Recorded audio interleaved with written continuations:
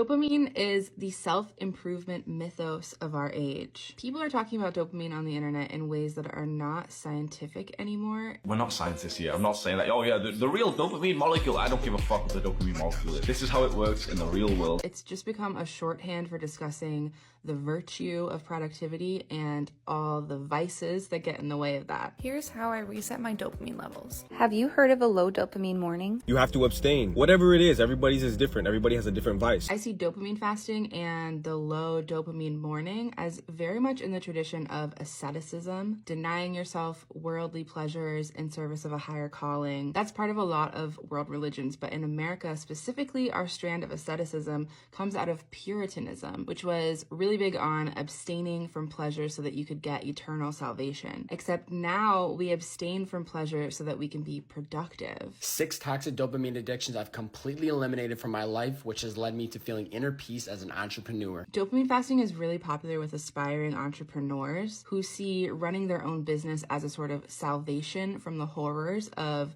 being a worker under capitalism. How did we get here? Okay, academic types have been saying for a while now that we're in a meaning crisis. This is sort of a side effect of postmodernism, which was a cultural shift away from the ideals of modernism. Intellectuals in the 1970s started deconstructing everything and not really believing in grand narratives of truth anymore. So now we have many truths, truth is relative. There's been this shift away from institutional religions, and a lot of people today identify as spiritual but not religious. In the 1990s, we had the Decade of the Brain, which is basically like this big PR campaign for neuroscience. It got the public really interested in brain-based explanations for human behavior. A big part of the Decade of the Brain was research into drug addiction. The government was losing the war on drugs, and they really wanted to figure out how addictions happened neurologically and then try to find some way to fix them, because that's a lot easier and more profitable than addressing a social problem with programs that provide for people's needs. Dopamine is a chemical in our brain that makes us feel good. Problem is when you spike it too much, you end up with a dopamine deficit. This idea is called dopamine homeostasis, and it came out of that research on drugs. They found that when you take a stimulant drug